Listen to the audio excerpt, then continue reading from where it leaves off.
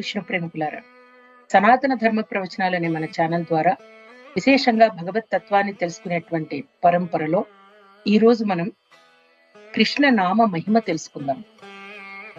అచ్యుతం కేశవం రామనారాయణం కృష్ణ దామోదరం వాసుదేవం భజే శ్రీధరం మాధవం గోపికావల్లభం జానకీ నాయకం రామచంద్రం భజే. నల్లని వాడు పద్మ నయనంబుల వాడు ఎంత చక్కగా ఉన్నాడో చూడండి. తులుకుతున్నటువంటి శ్రీకృష్ణ పరమాత్ముడి యొక్క నామ మహిమను తెలుసుకుందాం.